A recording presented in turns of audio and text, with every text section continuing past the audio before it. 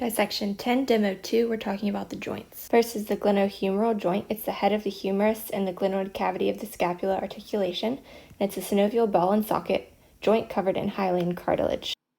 This joint allows for flexion, extension, abduction, adduction, external, and internal rotation. It's the most mobile joint, sacrificing stability. Joint support includes inferior, middle, and superior glenohumeral ligaments, which support the anterior aspect of the joint. The coracohumeral ligament supports the superior part of the joint capsule. The transverse humeral ligament holds the tendon of the long head of the biceps in the intertubercular groove. The coracoacromial ligament is a ligament to and from the scapula, and it prevents superior displacement of the humeral head. When we add in the bursa, we can see the subscapular, subdeltoid, subacromial, and infraspinatus, and these all help to avoid friction during movement. The glenoid labrum is a fibrocartilage ring that adds surface area to the socket and enhances stability. It's a common site for labral tears. Dislocation of the glenohumeral joint typically occurs anteriorly, with the head of the humerus displacing anteriorly outside of the articulation with the socket.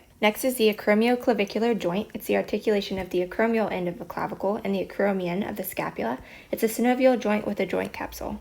This joint allows for protrusion and retrusion of the scapula, as well as tilting and rotating during abduction and adduction of the arm. Joint support includes the acromioclavicular ligament joining the two bones.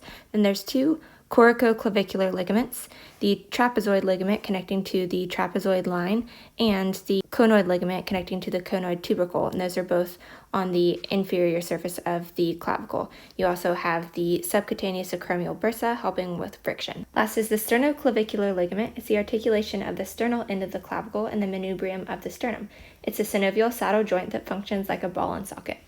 This joint allows for your clavicles to protrude, retrude, elevate, depress, and rotate side to side. Joint support includes the anterior sternoclavicular ligament and joint capsule that joins the two bones, the interclavicular ligament joining the two clavicles and preventing lateral displacement, the articular disc, which is what allows this joint to be so mobile and acts like a ball and socket joint, and the costoclavicular ligament, which joins the clavicle to the first rib, allows for dislocation to occur distally at the AC joint instead of here.